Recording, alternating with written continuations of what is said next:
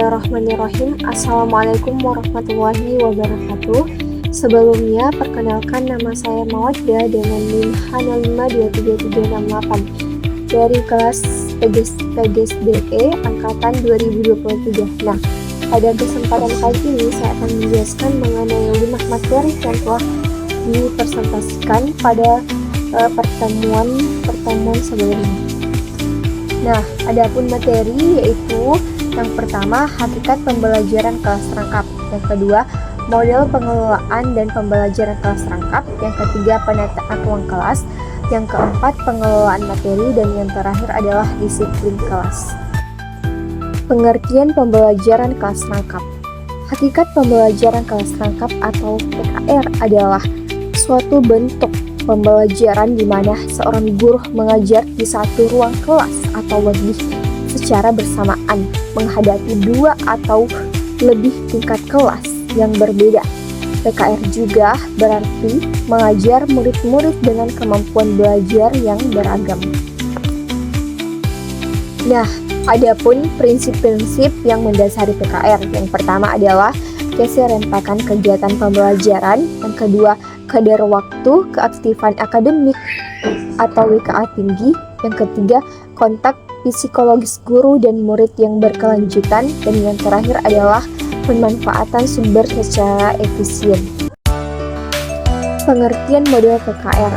Model pembelajaran PKR atau pembelajaran kelas rangkap adalah model pembelajaran yang ideal menurut para yang urusan yang telah melakukan sistem KPR, yaitu dengan menggabungkan 2 kelas dalam satu pelajaran karena dapat mendeskripsikan sistem pembelajaran yang efektif, yaitu pengalaman belajar di mana siswanya berperan secara langsung dan aktif dalam lingkungan belajarnya, serta hubungannya antara guru dan siswa tercipta secara langsung. Selanjutnya, macam-macam model PKR. Yang pertama itu PKR 221 atau 2 kelas, 2 mata pelajaran, 1 ruang.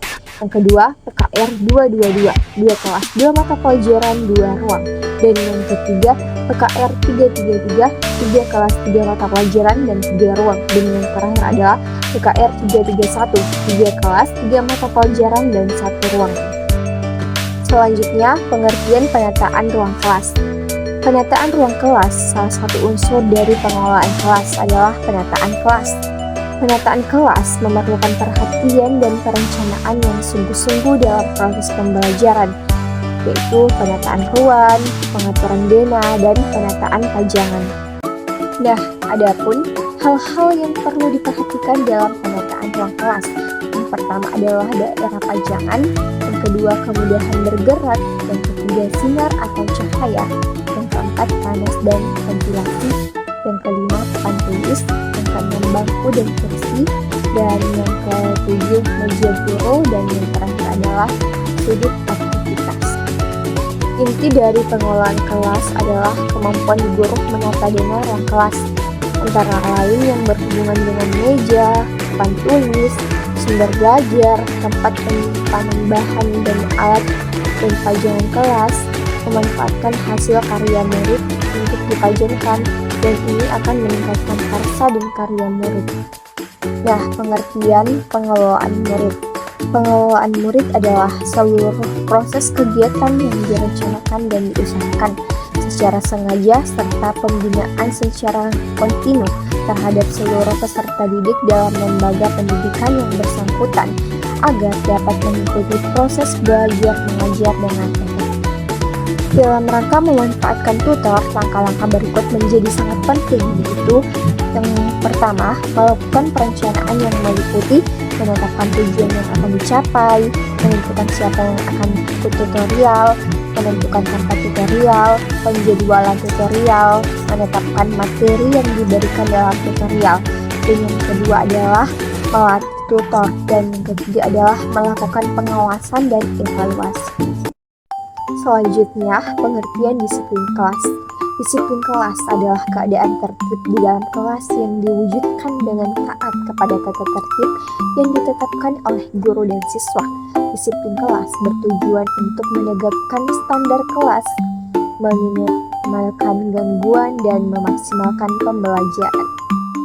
Dan adapun manfaat menerapkan kedisiplinan di sekolah.